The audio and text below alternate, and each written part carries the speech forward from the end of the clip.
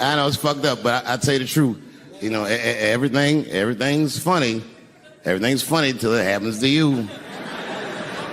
3 months, a mere 3 months after that terrible attack that Chris Rock endured, I was on stage at the Hollywood Bowl, and a lunatic jumped out of the crowd and attacked me. Now, I gotta tell you, if it happens to you, you don't even know what the fuck is happening. It was like slow motion. I just looked over. I don't know this nigga. And I just looked and said, oh my God, I'm being attacked. And this motherfucker was ragged. He jumped at me. He was like, ah! I'm old, but I'm fast. I caught this motherfucker's head with my hand and pulled his hoodie over his eyes. I can still feel his head in my hand. It was spongy. He had been growing dreadlocks. Not the beautiful dreads that breastfarians grow. These were accidental LA homeless dreads. This shit had leaves and sticks and bottle caps and shit in it. Some kind of grease. I was like, ugh, like this. And then I fell down. And he knocked me all the way on the ground. And I was like, man, this is a bad situation. I'm like, I don't know if I'm gonna die or what's gonna happen. But in that moment of vulnerability, you know what occurred to me that had never occurred to me before in my life? In that moment, it occurred to me that bodyguards should not wear dress shoes to work. Travis! This nigga Travis came out slipping and sliding on some kind of beautiful loafer and fell flat on his back. I said, oh my God.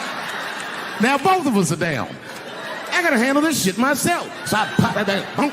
And then the kid that knocked me down, he popped out, boom, and we looked at each other and realized at the same time, I was bigger than him.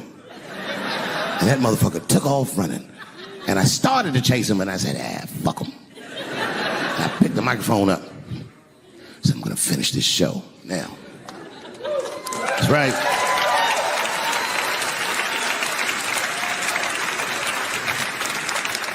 For 3 months before that, I'd been making fun of Chris Rock.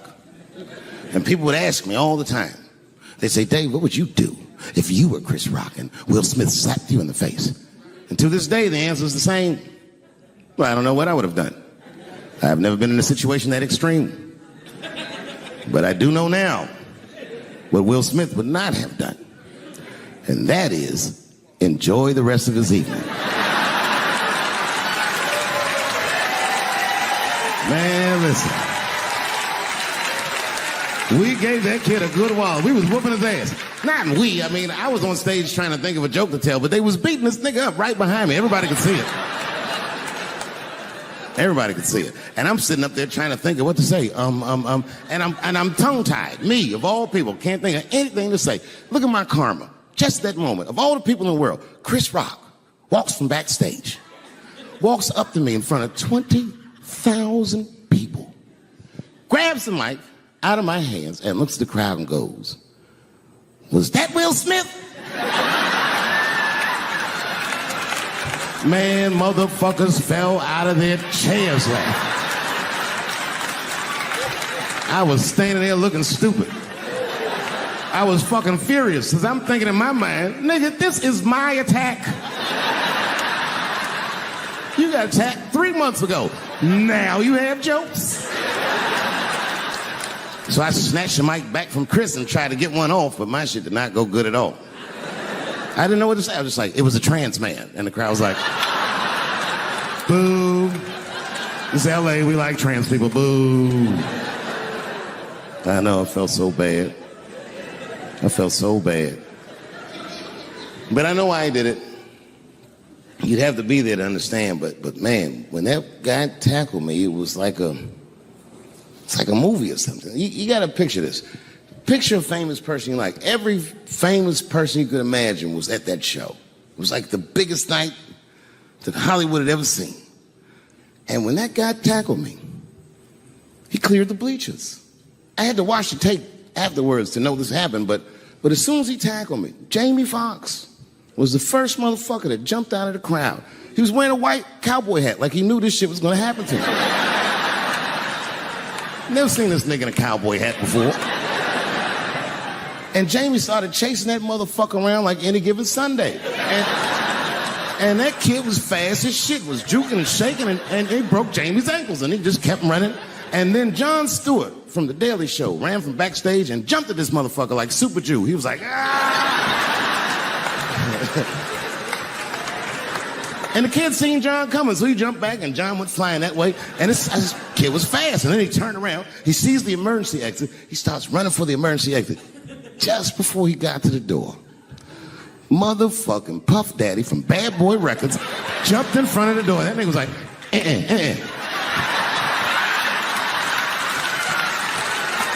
Boy, Puffy got that motherfucker. And then every celebrity just ran out because every celebrity saw themselves in me, and they just started beating the fuck out of that kid. And I know Chris was backstage looking like, nobody helped me. Everybody hates Chris.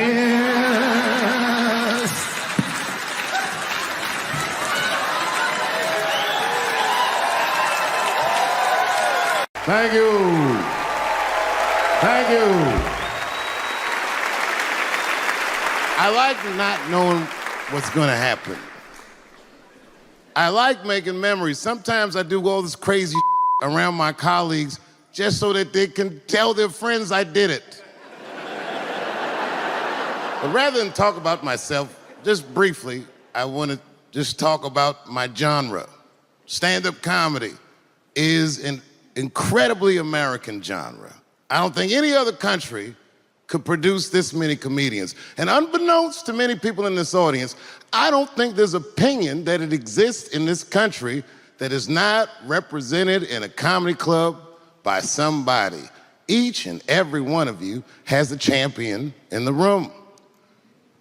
We watch you guys fight, but when we're together, we talk it out. I know comics that are very racist, and I watch them on stage, and everyone's laughing, and I'm like, that mother means that.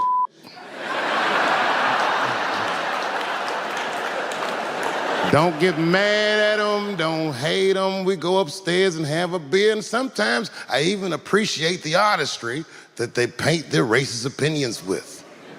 Man, it's not that serious. The First Amendment is first for a reason. The Second Amendment is just in case the first one doesn't work out.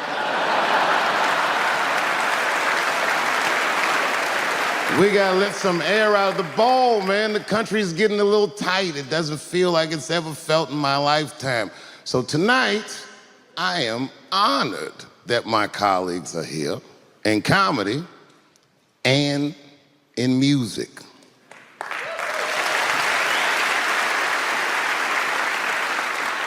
And I want everyone in America right now to look at me. Look at me smoking indoors. I didn't ask anybody, I just did it. What are they gonna do? Kick me out before I get the prize? No, nigga, this is called leverage.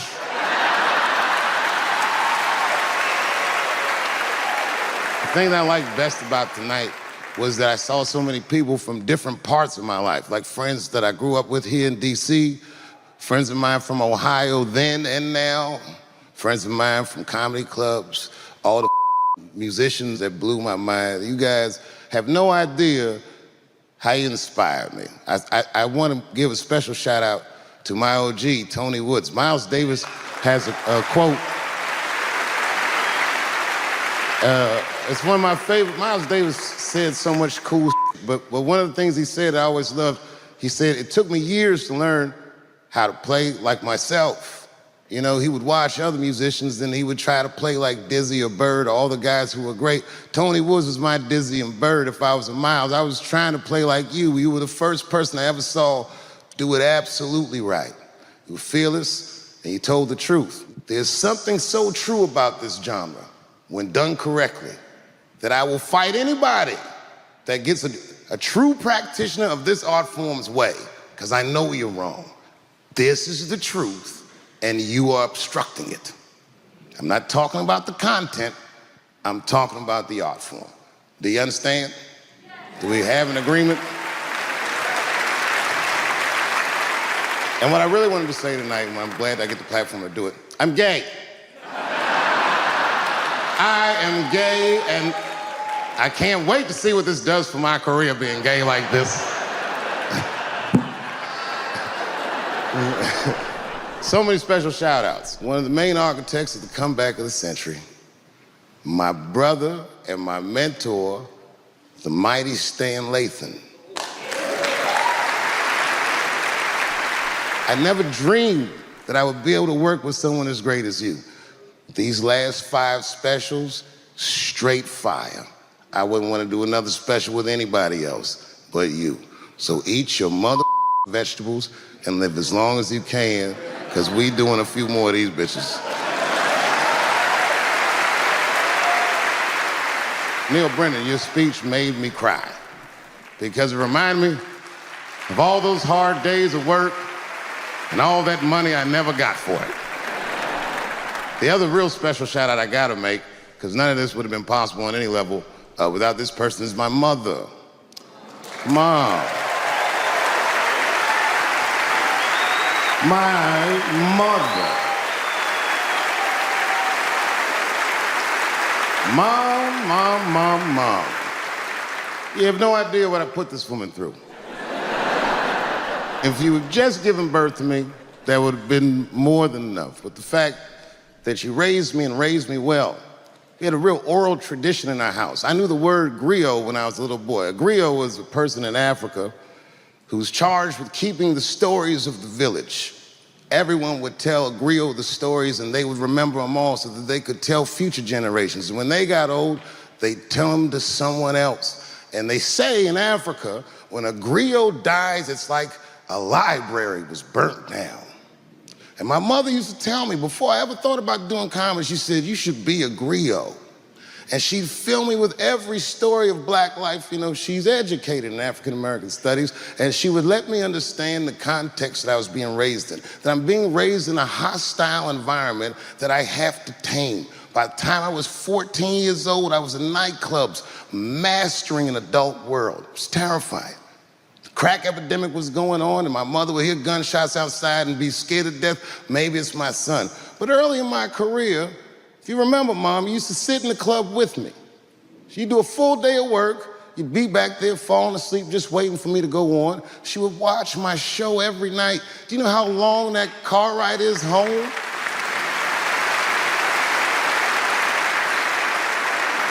How many of you have ever heard your mother say, jokes were a little too much tonight, son?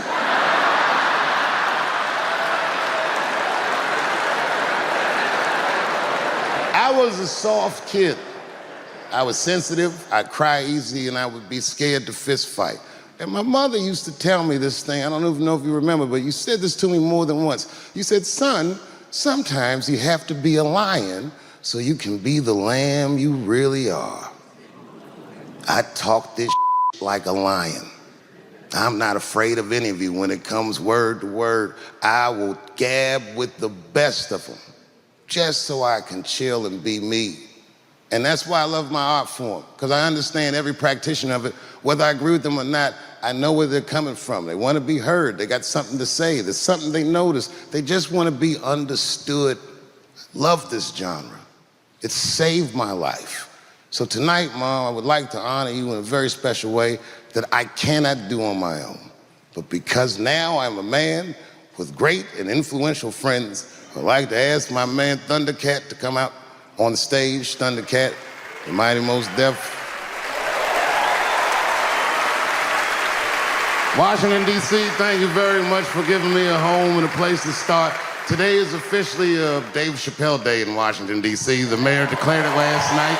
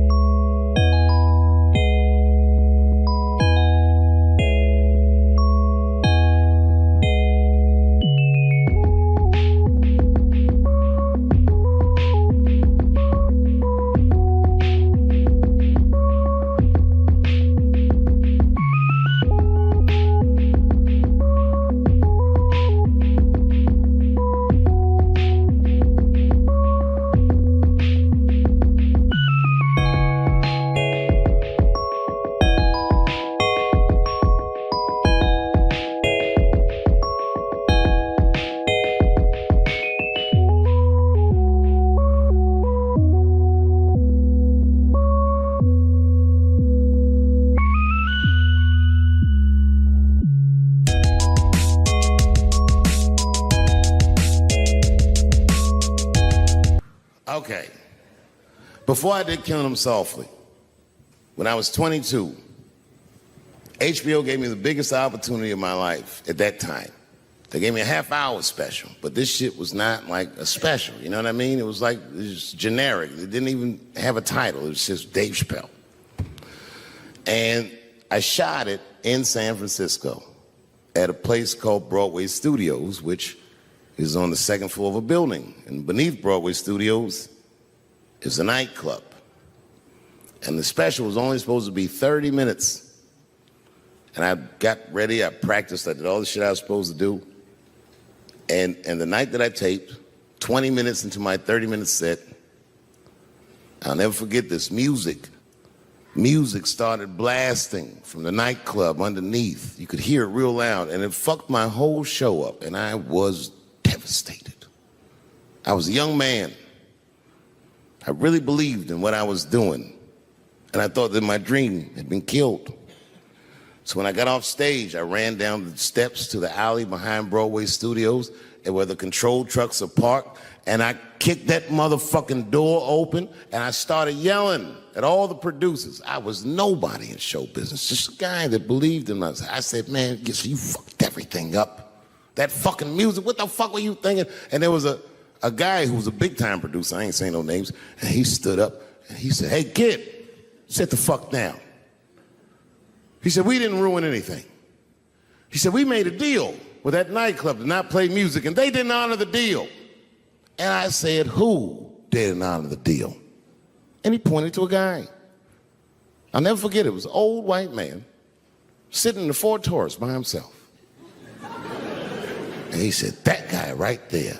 And I didn't waste no time or ask no questions. I went to that Ford Taurus, and I beat on that window, and I said, open the door, motherfucker, I want to talk to you. And that old man looked at me for 1 second and wisely drove the fuck off.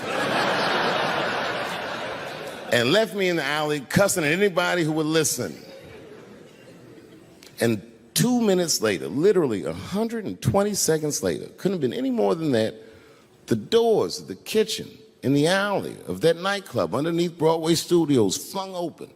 And that old man was standing there, that same old man with reinforcements. He had 2 big goons with him, and he looked at me, and he was calm as a cucumber. He said, you, come here.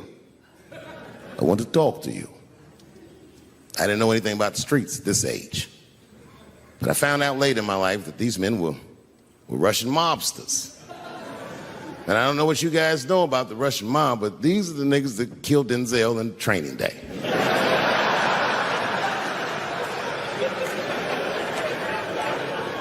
And all the producers knew what I was up against. They said, Dave, do not go in there. And I said, fuck y'all. And I walked right into that kitchen, and they closed the doors behind me, and it got dark as fuck in there. And I knew, I'm not dumb, I knew I was in a bad situation. But you have to understand, I believed in what I was doing, and I didn't give a fuck. Just kept cussing at these motherfuckers, telling them how they ruined my life. And that old man couldn't believe that I was talking all this shit. And as soon as I took a breath, he stopped me gently. He said, hey, kid, listen. Your friends lied to you. He said, we made a deal, but your friends never paid me. And when he said that, I realized I was locked in a kitchen.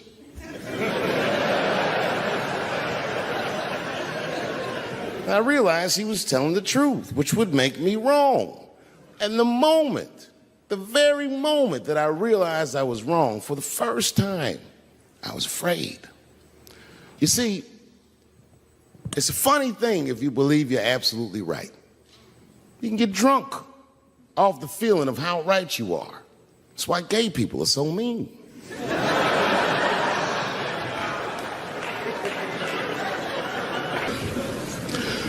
I started doing stand-up comedy when I was 14.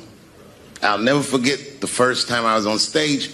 The guy that introduced me was a guy named J.T. Newton. I'm 47. I can close my eyes and remember the introduction like it was yesterday. It went like this. Ladies and gentlemen, this next young man coming to the stage is starting his comedy career tonight. Who knows? We may be witnessing the birth of a star. Please welcome Dave Chappelle.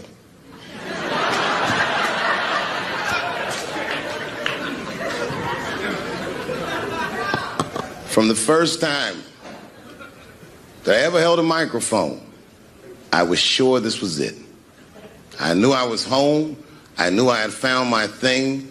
And my God, man, I was a child. I got good. Matter of fact, I was good from the moment I started. And I'm not saying this to be a braggart. I'm telling you the truth. These old niggas was in awe of me. How is this little boy so poised? They used to say. I was. I mean, you know, I got better, but it started out good. About a year into it, when I was 15 years old, I had written a joke during the AIDS epidemic about having a Goodyear condom. Something, I don't even remember the joke. Something about an industrial strength condom by Goodyear. I just remember all the comedians really liked that joke.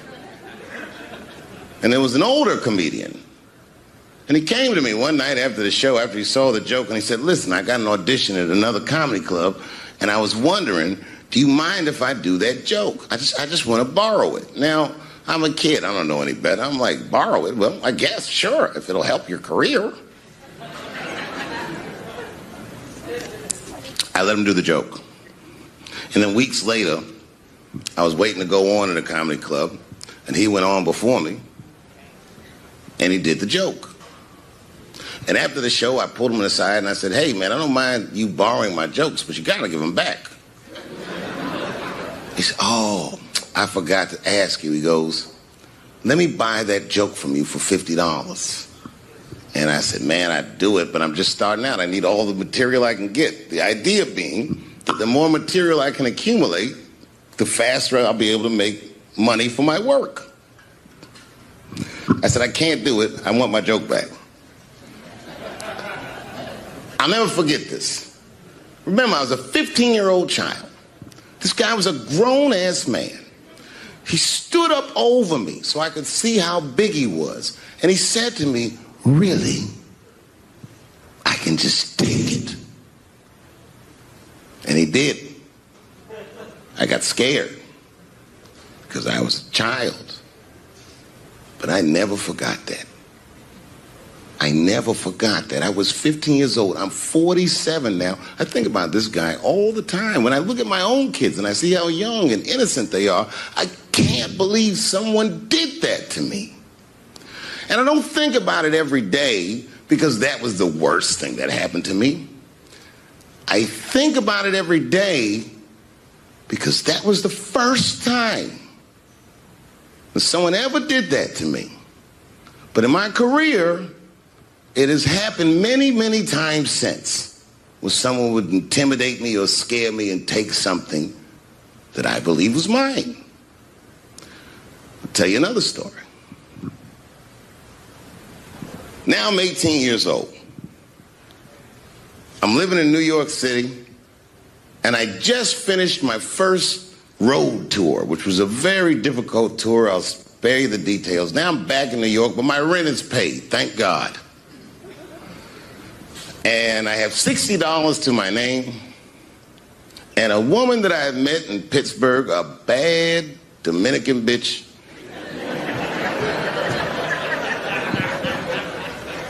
was coming to New York. She was going to spend the weekend with me. I couldn't wait for her to get there. She was coming that evening. But remember, I only had $60 for a whole weekend to entertain a bad bitch. Now I'm walking through Greenwich Village, and I see something I've never seen before. 3-card Monte. You know what that is? Yeah, the guy had the whole thing. The table was set up, and he had the 3 cards, and the crowd was hooting and hollering, and he was like, find the red card, find the red card, and people were playing. Sometimes they win, sometimes they lose, but it was really exciting, and I'm standing there watching it, and I noticed while I'm watching them play this game that the red card, the one you're trying to find, had just a little bend on the corner. And I'm watching it, and I'm like, yo, this guy doesn't seem to know that red card is bent. I'm going to beat this motherfucker.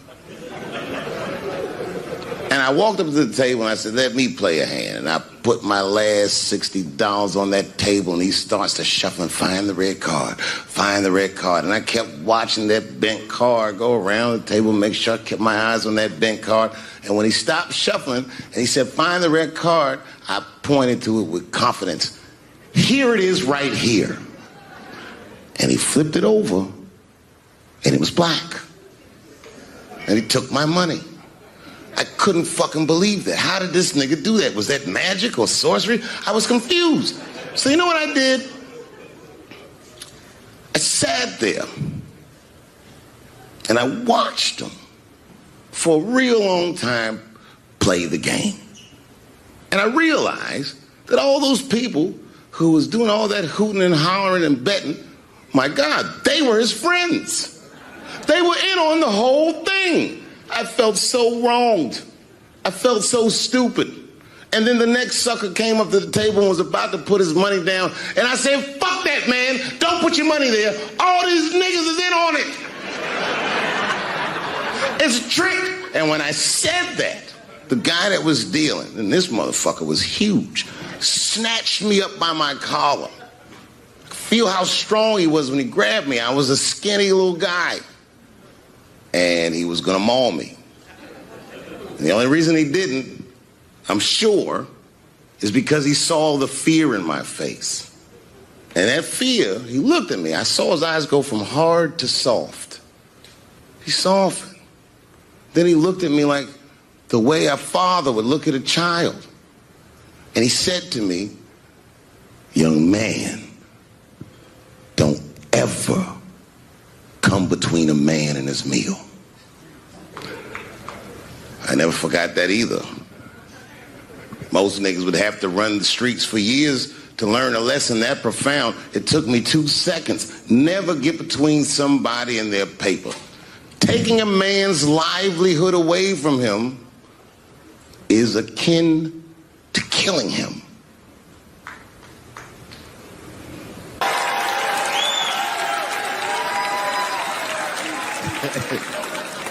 Look, it was way more intense than what you guys might have read. I don't know what you read, but the kid, while we was beating on him, reached in his waistband, pulled out a .22 caliber pistol. That shit was mayhem. Everybody started screaming, oh my God. Oh my God, he's got a gun. He's got a gun. And then I got scared. I was in the back, but I was scared. Because I knew that everybody that was with me was armed. Yes, if they had shot and killed this kid on stage at the Hollywood Bowl, like I pay you to do, Travis.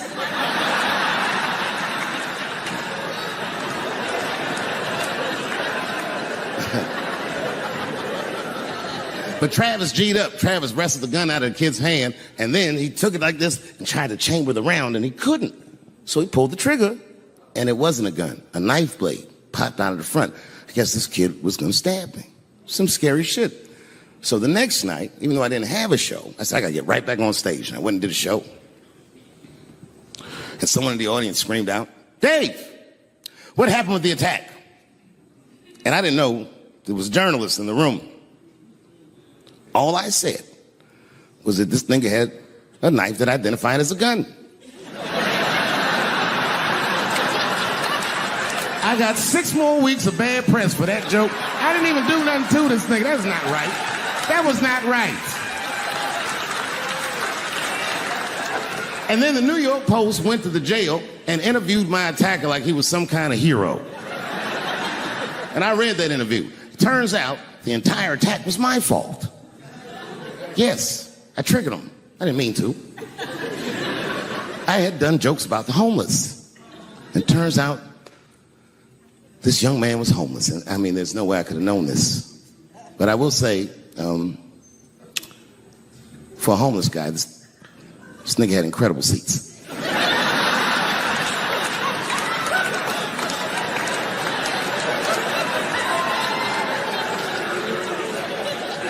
Oh, and they said I triggered him because I had done LBGTQ jokes, and it turns out this fella was a bee.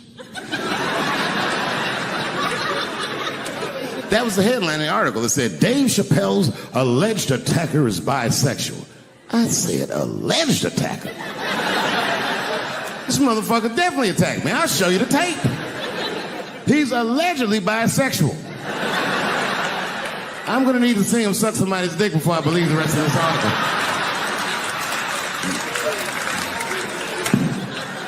I read that shit in the paper. I was horrified. I was like, oh, bisexual? I could have been.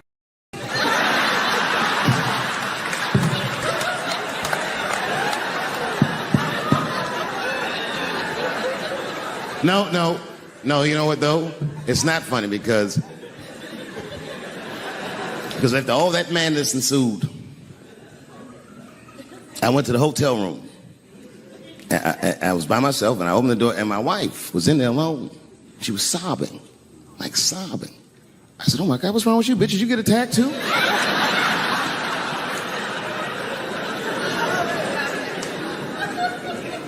And she's crying. She said, oh my God, David.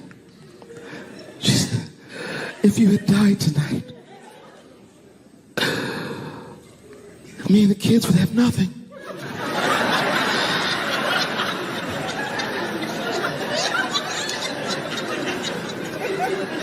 Then I knew it was serious. So I sat down on the bed next to her. And I reached in my pocket, I pulled some keys out that she'd never seen before. She said, what are those keys? And I gently placed them in her hands. I said, sweetheart, those are the keys to my safe deposit box. God forbid anything ever happen to me. But if it does, don't even worry about it. You and the kids have everything you need in that box. I've already taken care of it. And she was looking at them keys, and I could see her mind realize what we were actually talking about. And then she just started crying harder. And to be honest with you, that made me cry a little bit too. And we hugged each other real tight.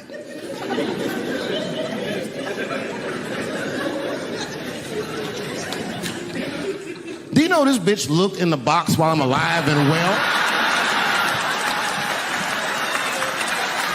Who does that?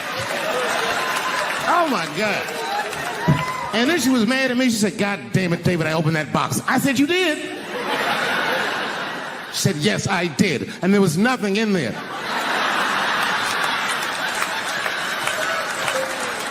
I said, nothing? Oh. She said, nothing except your stupid joke book. I said, whoosh. She said, well, sweetie, look. If you tell those jokes exactly how they're written, you and the kids should be fine. They're really good jokes.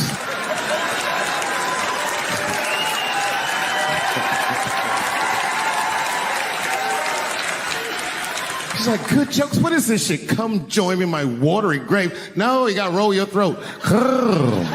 Join me in my watery grave. Having this discussion not so very long ago with Jerry Seinfeld, he said that when he's in a situation where he senses that things are not going his way is when all he does is rely on the material. He doesn't worry about anything else. He just goes right on with his material, and sooner or later he will prevail. Do you have that experience? Not at all. No. You still get nervous when you do shows, or this is a piece of cake to you? Well, one time it didn't work out. Yeah, and sometimes it don't work. You know what it's like? And Donnell, you can attest to this. When people ask me, like, do you get nervous when you go on stage? It's like asking a pilot if he gets nervous before a flight. I might hit some weather. Some turbulence. Yeah, I might hit some weather, but I feel like normally we land the plane. I don't think we've ever not landed. Maybe Detroit, but other than that was done. I mean, you know, being a celebrity, your realm of getting in trouble is worse than the average person. Mm-hmm. You know what I mean? Like, the average dude got to go out and look for trouble. I'd be sitting around mind my own business, and dude come up, hey, man, you're Dave Chappelle. I'm like, yeah, what's up, man? Hey, I got 12 naked bitches in a hot air balloon. You trying to roll with me?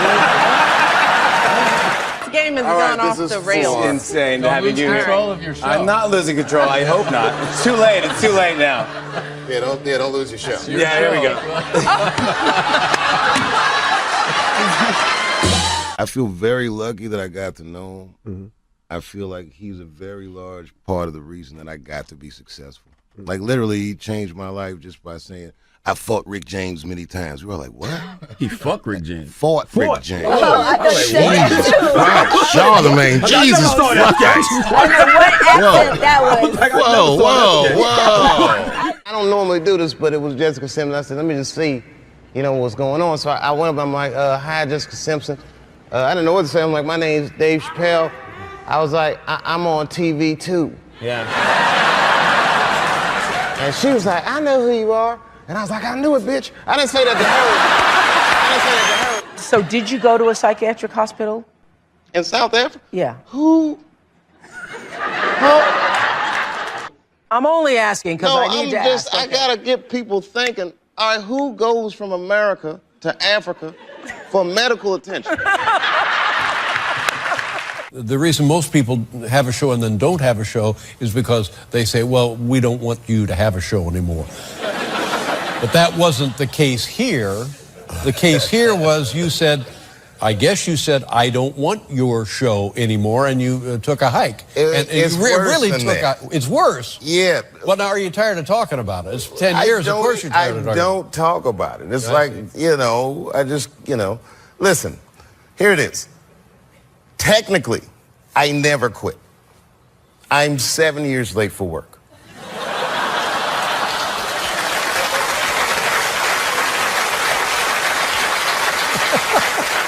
My son was back then. I have another son that's coming this weekend.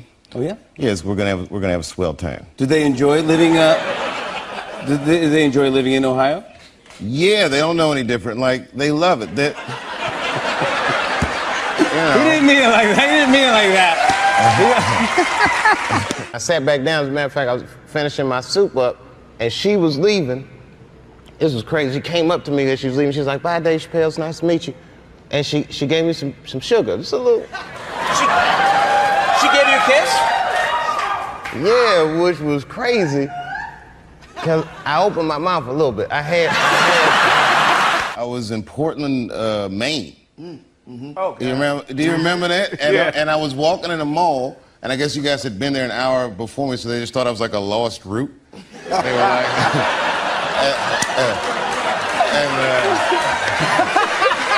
I look at it like this. I'm at a restaurant with my wife. It's a nice restaurant. We're eating dinner. I look across the room. I say, "You see this guy over here across the room? He has $100 million. And we're eating the same entree. So, okay, fine. I don't have $50 million or whatever it was. But say I have $10 million in the bank. The difference in lifestyle is minuscule. The only difference between having $10 million and $50 million is an astounding $40 million. How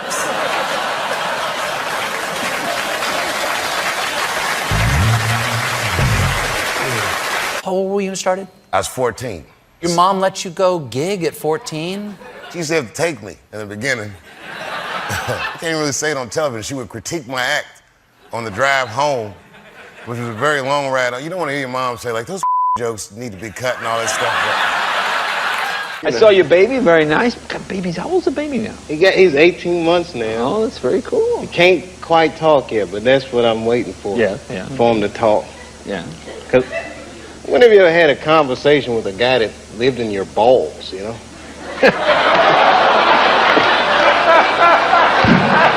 Thank you. Good night, everybody. See you next week. Thank you. The vagina is stronger than money. Stronger than money.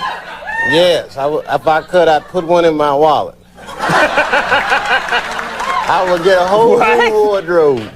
And then I go to pay for it and say, "This is going to be cash or charge?" And I say, "I'll pay with my vagina." You just take that in the bank and process it. So what happens? You get out of the police station. Well, I go there, I believe the fear is that, the police, you don't want to go in there because, while you're here, you might fit a description. Why don't you come back here and we'll process it? I don't want to get put in the lineup, You know the lineup. I know the lineup, yeah. And especially if it's one of them good lineups where all the guys kind of look like you. I don't know. He'd be in the line like, "Oh my God, they do kind of look like me." Were you actually in the lineup? Oh yeah, I've been in the lineup before. I would try to change my face and stuff like, And a lady actually almost picked me. She was like, "Wait a minute, this guy, he looks familiar." It's like, Bitch, I've been on television. Be careful, man. You know, I learned about London. I didn't know they called cigarettes fags over there. Yeah, you gotta kind of know that before you go. Yeah, I was in a bar and the guy came up to me. I'm dying for a fag. Like, ugh, man. Why are you telling me this? Like, am I in the wrong bar? How old is your baby? Yeah. How old is your baby? She's 2. Oh, okay. She's too old for my baby to fight. To fight? Yeah. What are you talking about? I like baby fights. I like to put them. I like to have them in there with other babies and just mix it up. She's the wrong weight class. The whole Black History Month, I was down south. I know it was crazy. I was scared to go, you know. And I got there and it was not scary at all. It was nice there. Right. And I mean, not to say they don't have racism, but they're comfortable with their racism. Right. You know, morning, nigger. Morning, sir. Boy, that was good. How old were you when you made your first TV development deal? 19. My mother and my grandmother were freaked out. You know, I was the first person in my family not to go to college that had not been a slave. Right.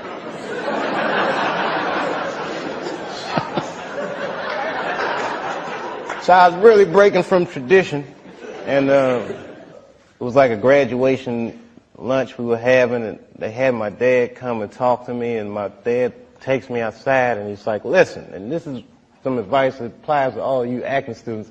He says, to be an actor is a lonely life. Everybody wants to make it, and you might not make it. And I said to my dad, well, that depends on what making it is, Dad. He was a smart-ass kid. Yeah. It depends on what making it is, Dad. He says, what do you mean? I said, well, you're a teacher. I said, if I could make a teacher salary doing comedy, I think that's better than being a teacher. And he started laughing. He said, if you keep that attitude, I think you should go. He said, but name your price in the beginning. If it ever gets more expensive than the price you name, get out of there. Thus, Africa. Mom. You have no idea what I put this woman through. If you had just given birth to me, that would have been more than enough. But the fact that she raised me and raised me well, we had a real oral tradition in our house. I knew the word griot when I was a little boy. A griot was a person in Africa who was charged with keeping the stories of the village. Everyone would tell a griot the stories, and they would remember them all so that they could tell future generations. And when they got old, they'd tell them to someone else. And they say in Africa, when a griot dies, it's like a library was burnt down. And my mother used to tell me, before I ever thought about doing comedy, she said, you should be a griot. And she'd fill me with every story of black life. You know, she's educated in African-American studies, and she would let me understand the context that I was being raised in, that I'm being raised in a hostile environment that I have to tame. By the time I was 14 years old, I was in nightclubs, mastering an adult world. It was terrifying. The crack epidemic was going on, and my mother would hear gunshots outside and be scared to death. Maybe it's my son. But early in my career, if you remember, Mom, you used to sit in the club with me. She'd do a full day of work. You'd be back there falling asleep, just waiting for me to go on. She would watch my show every night. Do you know how long that car ride is home?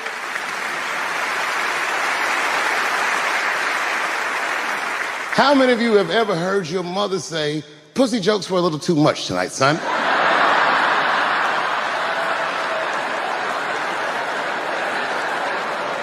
I was a soft kid. I was sensitive, I'd cry easy, and I would be scared to fist fight. And my mother used to tell me this thing, I don't even know if you remember, but you said this to me more than once. You said, son, sometimes you have to be a lion so you can be the lamb you really are. What is happening in Hollywood that a guy that tough will be on the street waving a gun, screaming, they are trying to kill me? Yeah. What's going on? Why is Dave Chappelle going to Africa? Why does Mariah Carey make a $100 million deal and take her clothes off on TRL? A weak person cannot get to sit here and talk to you. Ain't no weak people talking to you. So what is happening in Hollywood? Nobody knows. The worst thing to call somebody is crazy, is dismissive. I don't understand this person, so they're crazy. That's bullshit. These people are not crazy. They're strong people. Maybe the environment is a little sick.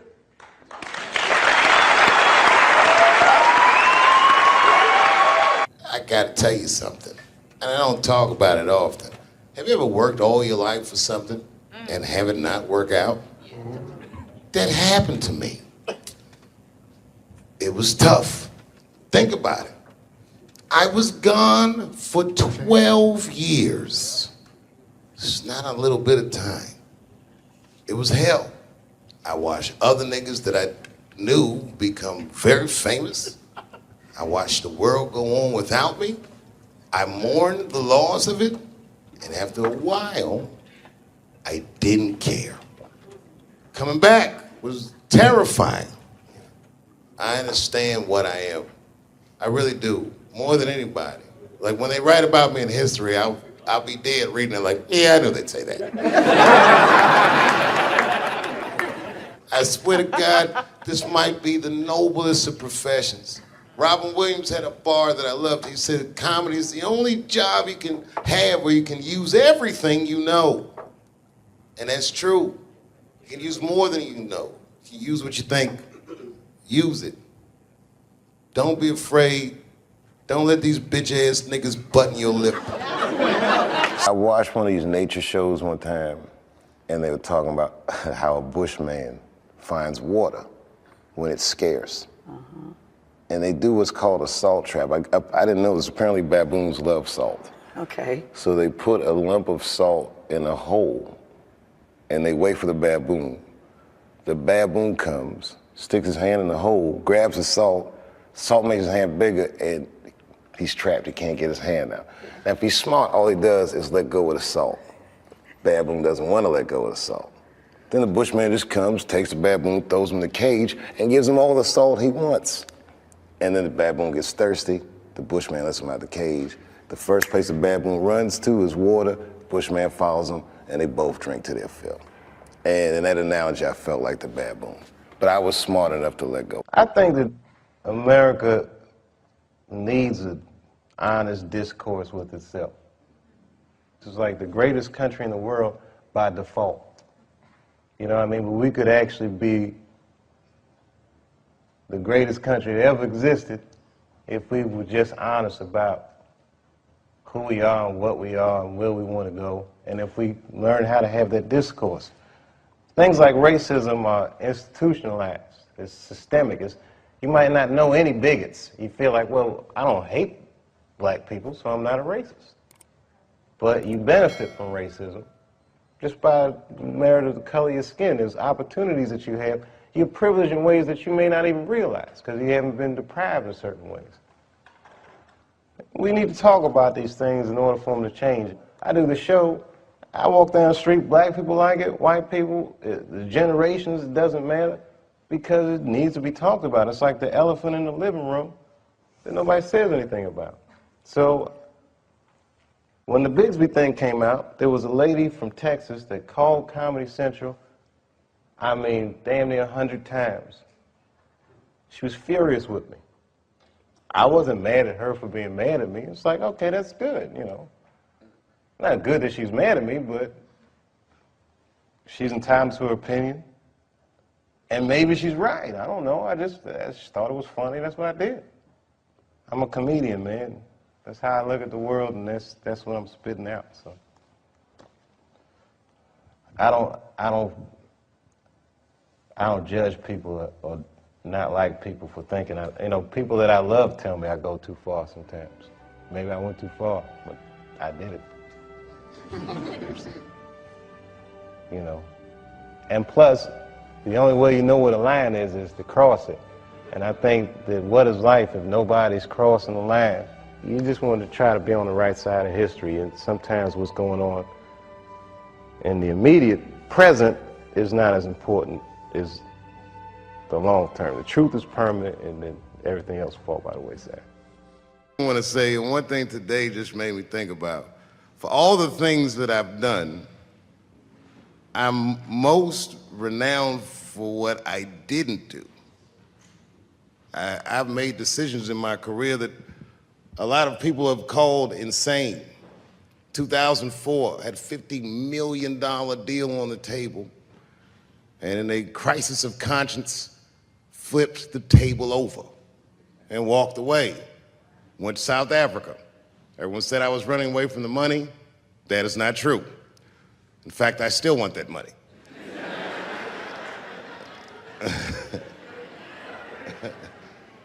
The idea that I wanted to just share with you guys is the idea that sometimes you do what you think is best, whether anybody understands it or not. I heard a story about my father where someone told me he used to do statistics for a company in D.C. The company he did statistics for started doing business with the South African government, so he quit his job. It's caused a lot of problems between him and his wife. It's hard for a man when he can't provide for his family the way he wants to, and he suffered through it. And a generation later, when I had my crisis of conscience, I was able to go to a free South Africa and get away from the heat. This idea that what you do in your lifetime informs the generations that comes after you is something I keep thinking about, something that is so much bigger than just ourselves. And today I'm standing in front of you guys, and I know you guys are like, oh, I know you're bored. But I see family of mine in the front row some who I've never met, and I just realize how all of us are connected. That my great-grandfather built something more substantial than buildings. He built a community, and he built, more importantly than a community, he built a way. You know, so I'm very grateful. Very grateful. Hello, police. I just saw him saying, you know what I mean? He's standing over like, so this is what black people talk about.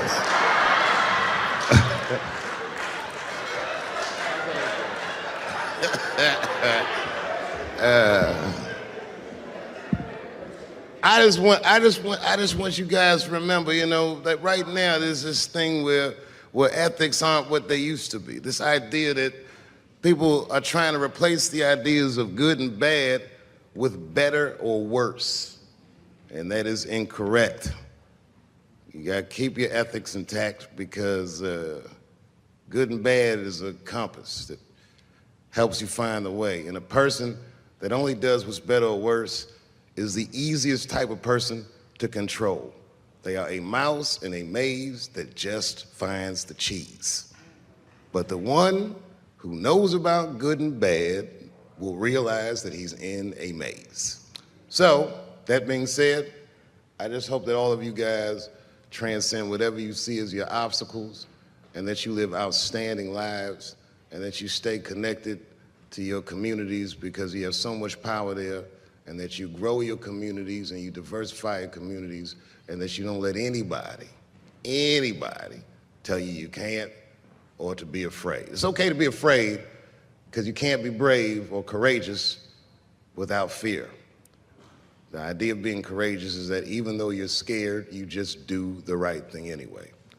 So in 2004, I walked away from $50 million, and in November, I made a deal for $60 million. So,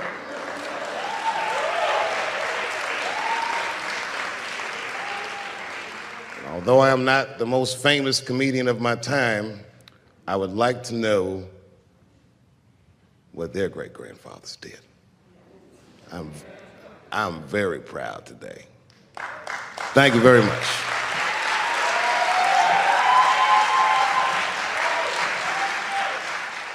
I don't deal with jails. Don't deal with jails, and I don't deal with police.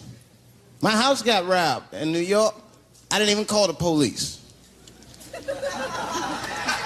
I wanted to, but I couldn't. My crib is too nice. It's not that it's too nice, but it's too nice for me. You know how the police are in New York. Soon as I open the door, they'll be like, oh, he's still here.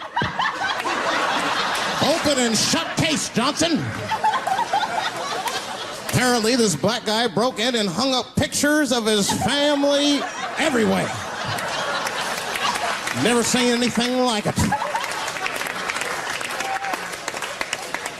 Don't deal with them, man. I had to bail a friend of mine out of jail one time. You know, that was horrible. I was scared. I had to walk right into the belly of the beast. I tried to look as non-threatening as possible. Hi. I'm here to bail out my buddy. Oh, okay. Well, while you're here, you do fit a description. If you'll walk this way, we can process you. That'd always get us. It's fitting those damn descriptions. Now, I could be bitter and blame all the police, but no. I'll tell you who I blame. It's those sketch artists. They keep drawing the same brother over and over again. Who is this generic man we all look like? I want to know what they say when it's us. You know what I mean? They'd be in that room like, did you get a look? Did you see the guy that tried to rob you? Yes. Yes, I did. He's about 6 feet tall, I'd say. 6 feet tall? Yes. He had his hat on backwards, too. Good. That's good stuff. Hat was on backwards. Yes. He was black? Okay, big lips, big nose, hanging out. Say no more, sir. I'll draw him from memory. You know, let me get my stencil. I think we can trace this guy and save some time. They get on the radio and calling out cars, calling out cars. Be on the lookout for a black male between 4'7" and 6'8". Between 120 and 380 pounds. He's wearing Nikes. Get this man! Criminals are insane. I don't even know why people do crime. They want to catch you, they're going to catch you. They can. They got forensics. You ever seen forensics? Those guys find clues nobody else thinks about looking for. I mean it. You leave a pubic hair anywhere near a crime scene, they're going to find that. What the hell is this? Back up!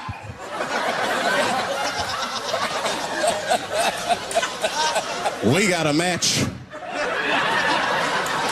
Then they look at the pubic and tell all kinds of information. Looks like there was a struggle. Time of death 307. It's amazing. I saw him get a dude one time on court TV. It was embarrassing. It was a sexual assault case. I knew the defendant was lying. I could feel it. He defended himself too hard. He did. His answers had nothing to do with the questions. They're completely irrelevant. They asked him easy questions. Were you anywhere near the crime scene on the night of the incident? Mother, I told you I worked at Burger King. He was like,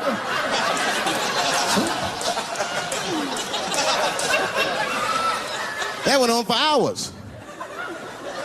Then the prosecutor got fed up. Said, I've had enough of this. Called the forensics to the stand. Forensics was like, Your Honor, we are prepared to testify that we found the defendant's semen under the stove. I said, God damn. That's worse than fingerprints. You know, they find your semen, you've been there at least a minute. But that's what I want to know. Under the stove? You find semen like that? Or do you look for it? Like, do they walk onto a crime scene like, this place is a mess? Check it for semen. Or do they just like walk in and slip? Oh my God. What the hell was that? Semen! They find it on every crime scene. It's like, what are burglars doing? Yes, we got the stuff. Let's get out of here. Wait a minute. I want to leave my calling card. The semen bandit has struck again. I don't understand nothing anymore. I don't. I watched TV the other day. Now tell me, maybe it's just me. Maybe I'm crazy. Is it me? Is it me, or do commercials have nothing to do with the products anymore? You dig? I don't even know what a commercial is about until the end. Everyone's a surprise nowadays. You seen that commercial where the lady got the black eye? This lady come on TV with a black eye. She's crying. She's like, I smoke crack. And my husband beats me. And then a voice came on and said, got milk? I said, what? It has nothing to do with milk. I'm not saying I'm a commercial expert, but I'll make a better milk commercial than that. Just make it nice and simple. I just do a close-up of a titty and put milk right underneath. If that doesn't sell milk, nothing will, boy. I'll tell you that right now. It's 1997. Titties are industry in 1997. They are. I know they are. I'm a customer. I went to a titty bar last week at 3 o'clock in the afternoon. Now that's bad. That is bad. Because it wasn't like I was out. Said, let me swing by the titty bar. No. No, I left my house specifically to see some tits. Can't judge me, there's breast in there. It's just what men do. If a guy runs up to you on the street, it's like, hey, hey, don't go in that building. There are naked girls showing their breast. Be like a white dude in a horror movie. I better investigate.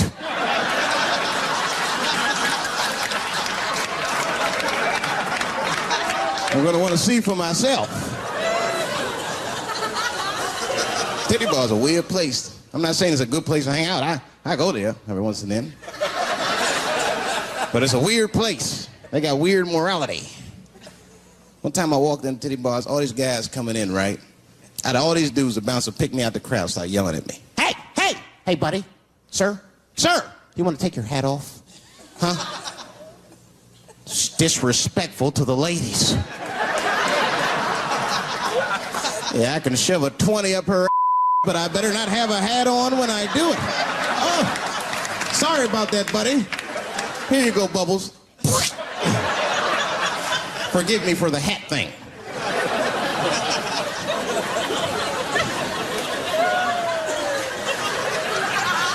You know why those bars are so popular now? Is because men don't know how to deal with women in reality.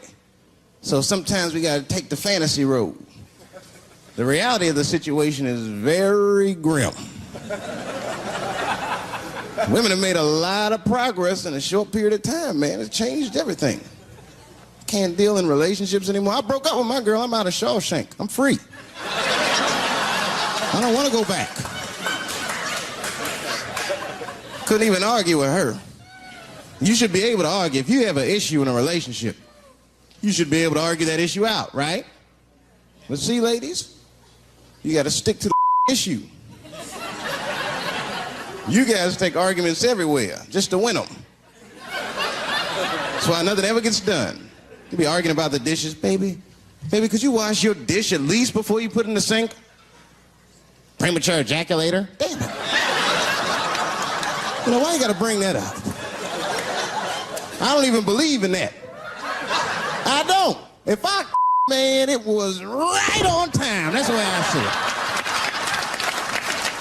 And as far as I'm concerned, I can't fast enough. You know, I'm sick of being vilified all the time. David, how could you? How could you? I was. Well, what were you trying to do, huh? Well, I beat you. You gotta work on your time, baby. I'm down to a minute 20. Get mad at me because I have different goals in sex. I I'm a speed. Just trying to hit my best time. It's like the Olympics. And now for the dismount.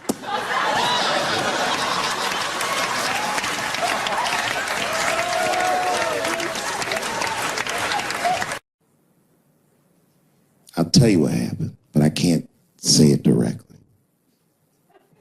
There's a book to me that encapsulates my entire experience before I left the show. And the book is called Pimp. It's written by a guy named Iceberg Slim. Here, bring it up here. This is Matthew. Matthew is from France. He's white. And yet, he has an original copy of this book written by a black American who was a pimp in the 40s. Iceberg Slim, his real name was Robert Beck. He got the name Iceberg because he was in a bar in Chicago and there was a shootout in the bar and a bullet went through this nigga's hat and he still finished his drink. Pimps love shit like that. They said, man, you ice cold. And he said, I like that. And it stuck. This book is so heavy in the front. It has a glossary of pimp terms because the ideas are so foreign to the American ears. For instance, do you know what the phrase mileage on a hoe means?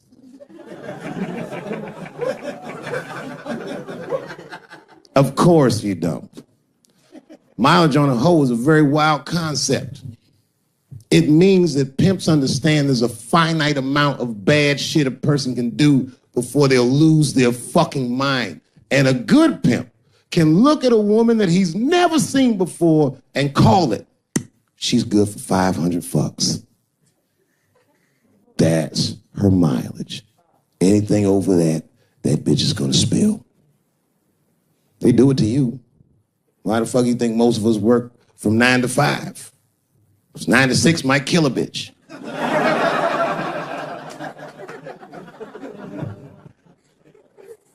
Iceberg Slim was the one that broke down what a bottom bitch was. Does anyone know what a bottom bitch is? Anyone? What's a bottom bitch, sir? It's your prostitute that's the best out of all of them, that brings in the most money. That's right. That's exactly right. Are you black? That's right. A bottom bitch is a pimp's number one hoe. She's even a bitch that helps him keep the other bitches in line. I will repeat. She's even the bitch that helps him keep the other bitches in line. If the pimp was McDonald's, then the bottom bitch is French fries. The rest of them bitches like fish sandwiches, and cherry pies, and shit like that. Iceberg Slim breaks down some of the coldest capitalist concepts I've ever heard in my life. He describes in detail how these men break women so that they will give them the money that they make with their own bodies. There's a story in here so cold it makes me shudder to think about it. Well, Iceberg Slim is trying to control the woman that he finds uncontrollable. So he asks older pimp how he can rein her in. And the older pimp says, oh, that's easy, Iceberg. All you have to do is beat that bitch with a coat hanger and then run her a bath and give her some pills. She'll be so grateful that you fixed her that she'll forget you were the motherfucker that beat her in the first place. That's some cold shit. Now, the end of this book, Iceberg Slim tells a story. It's kind of the crescendo of the book. And in the story, Iceberg Slim's bottom bitch is at the end of her mileage. If she was good for 500 fucks, she was at 498. She was bubbling. You could see it. She was going crazy. She started saying all kinds of shit. Oh, I always wanted to be in the circus. Circus, this bitch is loose. I can juggle too, you know. Juggle. He had to let her go. It's hard to let her go.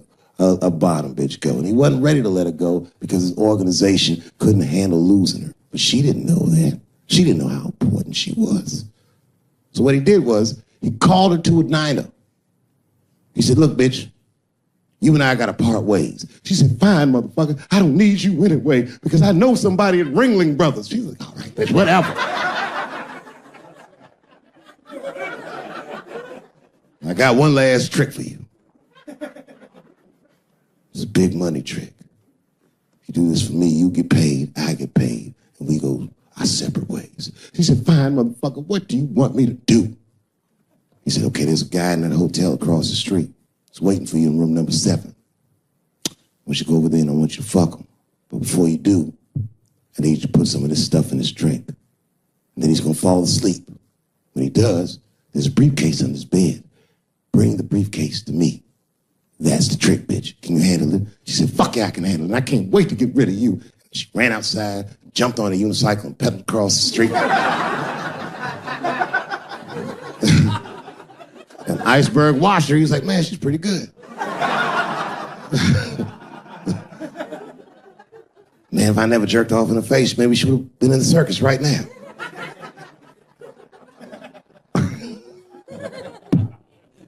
And she runs up to the motel steps and she disappears in room number 7 and she's gone for a real long time. Real long time. So long, in fact, that Iceberg got a little worried. But then, suddenly, she came back. He said, what's going on, bitch? Where's the briefcase? She said, I didn't get it, Daddy. He said, what do you mean you didn't get the briefcase, bitch? What's wrong with you? She said, oh, I did everything you said, but that man don't look right. Something wrong, Daddy. He said, what do you mean something's wrong, bitch? Did you put that stuff in his drink? She said, I did everything you said, Daddy. I put all of it in his drink. He said, wait a minute, bitch. Wait a minute. You put all of it in his drink? Now he had to see for himself. So the two of them go across the street to the motel and they go into room number 7. And on the bed, laying lifelessly, is the white man that she was supposed to fuck. And Iceberg said, you right, bitch, she don't look good. What the fuck? So he called a friend of his that was a doctor that was close by.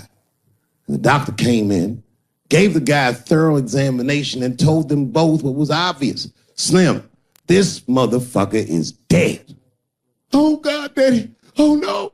Oh, no, we killed him. He said, calm down, bitch. We didn't do anything. You killed this motherfucker. And then he reached under the bed and he grabbed the briefcase. He popped it open. It was filled with money. More money than any of them had ever seen. And Iceberg took a little bit of the money and gave it to the doctor, and the doctor left discreetly. All right, bitch, let me think. I can fix this for you. I know somebody I can call. But if I call him, I'm gonna owe these motherfuckers a big favor. Oh, God, Daddy, please. I don't want to go to jail. Neither do I, bitch, so will you shut up? She picked up the phone. She heard him mumbling in the phone a little bit. He hung up the phone, and she was pacing the room, and he was just standing there cool, and they were waiting, and then suddenly, a van pulled up downstairs. 2 guys get out with a carpet. They walk upstairs. They roll that carpet out on the floor. They throw the body in the carpet. They roll that motherfucker up like a burrito. They pick that shit up, and they throw it in the back of the van.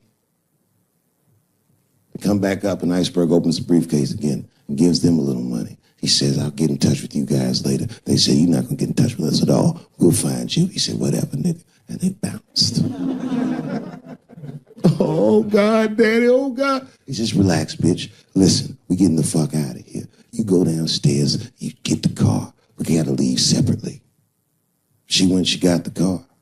Iceberg grabbed that briefcase, waited a few minutes, looked out the window, and then he went down with her. They both got in the car, and they drove off. She was a blubbering mess. Oh, you did all this shit. He said, I told you, bitch, we didn't do anything. You killed a motherfucker, and I cleaned him up. And now we got us a secret, okay? I know I'm not gonna tell, bitch. It's you? She said, oh, no, I ain't gonna tell. He said, all right, baby, cool. I'm gonna need you to stay with me for a while till this shit cools down. She goes, okay. That's the game. That's how the whole shit works, ladies. You understand? This bitch was at the end of her mileage. She was at 498. She ended up tricking for Iceberg for another 6 months. She must have turned another 200 tricks for him. Do you understand? That's some cold shit. And the cold shit about it is that the dead guy on the bed wasn't even dead at all. This motherfucker was just a friend of Iceberg's acting like he's asleep. The doctor wasn't a doctor. It was a motherfucking butcher that happened to have a white coat. And the dudes who came in the moving van clothes was dressed like movers because they were movers. Iceberg had gotten a new apartment. And the bag of money was Iceberg's money in the first place. The money he got from all those women. That's a cold game. That's the motherfucking capitalist manifesto. And that's why I went to South Africa. So now we got us a little secret bitch.